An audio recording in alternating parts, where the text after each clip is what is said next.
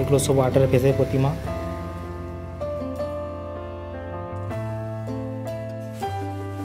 কেমন হয়েছে তোমরা কমেন্ট করে জানাবেন।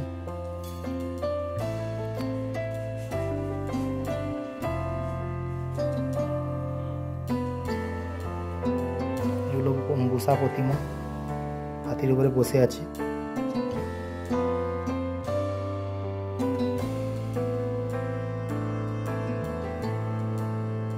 বাইরে বড় প্রতিমা রয়েছে, দেখাচ্ছি তো আপনাদের।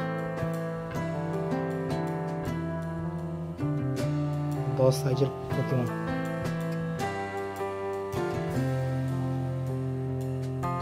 এখানে চারটা রয়েছে, এখানে দুটো, এখানে দুটো। বাইরে রয়েছে 12 প্রতিমা।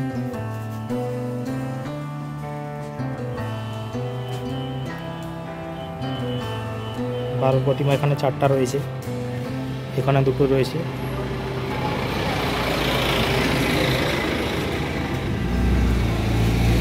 আর এখানে একটা বড় প্রতিমা রয়েছে, আমাদের কারখানার বড় প্রতিমা।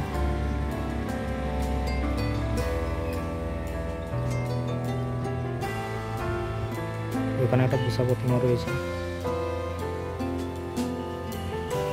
ছোট মনসা হচ্ছে এখানে। বড় প্রতিমাটা কেমন হচ্ছে আপনারা কমেন্টে জানাবেন।